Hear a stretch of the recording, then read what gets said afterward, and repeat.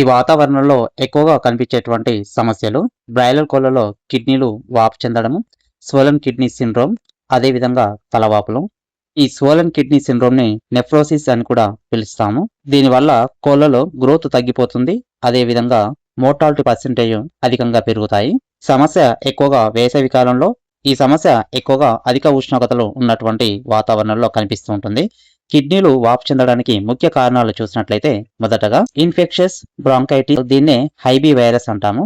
నెఫ్రోపాథోజెనిక్ strain వల్ల కిడ్నీలు వాపు చెందాయి. ఈ ఐబీ వైరస్ కిడ్నీలపై దాడి చేసి వాపుకు గురి చేస్తుంది. కిడ్నీలపైన అబ్జర్వ్ చేసినట్లయితే తెల్లటి యూరేట్ డిపాజిట్స్ కనిపిస్తుంటాయి. ఇవి 3 నుంచి 6 వారాల వయసు ఉన్నటువంటి కోళ్లలో ఎక్కువగా కనిపిస్తూ ఉంటుంది. రెండవ కారణం చూసినట్లయితే వాటర్ కొరత, డీహైడ్రేషన్. పరిశుభ్రమైనటువంటి నీరును అందించకపోవడం, వాటర్ సరిగా అందకపోతే యూరిక్ యాసిడ్ కిడ్నీలలో పేరుకుపోయి వాపు వస్తుంది. వేసవిలో ఇది ఎక్కువగా కనిపిస్తూ ఉంటుంది. డీహైడ్రేషన్ కు గురి కావడం వల్ల ఈ సమస్య అధికంగా కనిపిస్తూ ఉంటుంది. మూడో కారణం చూసినట్లయితే మైకోటాక్సిన్స్. ఫీడ్ లో ఫంగస్ వల్ల వచ్చేటువంటి ఆక్రోటాక్సిన్స్, అదేవిధంగా సిట్రిమిన్ టాక్సిన్లు, ఇవి కిడ్నీలను డైరెక్ట్ గా డ్యామేజ్ చేస్తాయి. నాలుగవ రీజన్ చూసినట్లయితే ఇచ్చేటువంటి ఫీడ్ లో ఎక్కువగా కాల్షియం అండ్ ప్రోటీన్లు ఫీడ్ లో ఉండటం.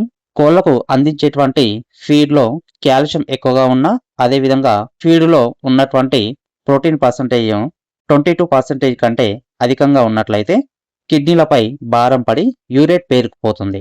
ఐదవ రీజన్ చూసినట్లయితే హైబిహెచ్, దీన్నే ఇంక్లూజియస్ బాడీ హెపటైటిస్ అంటాము. ఇది హడినో వైరస్ వల్ల ఎక్కువగా లివర్ అండ్ కిడ్నీల మీద ప్రభావం చూపిస్తుంది. కాబట్టి ఈ హడినో వైరస్ వల్ల లివర్, కిడ్నీలు రెండు వాపు చెందుతాయి. అదేవిధంగా కోలు పాలిపోయి ఎక్కువగా మోర్టాలిటీ వస్తూ ఉంటుంది. ఆరవ రీజన్ చూసినట్లయితే ఓవర్ డోసు మెడిసిన్స్ ఇవ్వడం. రైతులు దీనిని సరిగా గమనించాలి. సల్ఫా డ్రగ్స్, సల్ఫా మిథాక్సజోల్ వంటి డ్రగ్స్, అదేవిధంగా జెంటామైసిన్, కొన్ని యాంటీబయాటిక్స్ ఎక్కువ డోసు ఇస్తే కిడ్నీల పైన ప్రభావం చూపి కిడ్నీలు వాపు చెంది ఎక్కువగా మోర్టాలిటీ వస్తూ ఉంటుంది. ఏడవ రీజన్ చూసినట్లయితే విటమిన్ ఏ లోపం. ఇచ్చేటువంటి దానాలో విటమిన్ ఏ తక్కువైనా, అదేవిధంగా బర్డ్స్ లో విటమిన్ ఏ డెఫిషియన్సీ ఎక్కువగా ఉన్నట్లయితే కిడ్నీ ట్యూబ్యూల్స్ దెబ్బతిని వాపు చెందుతూ ఉంటుంది. దీనివల్ల అధిక మోతాదులో మోర్టాలిటీ వస్తూ ఉంటుంది.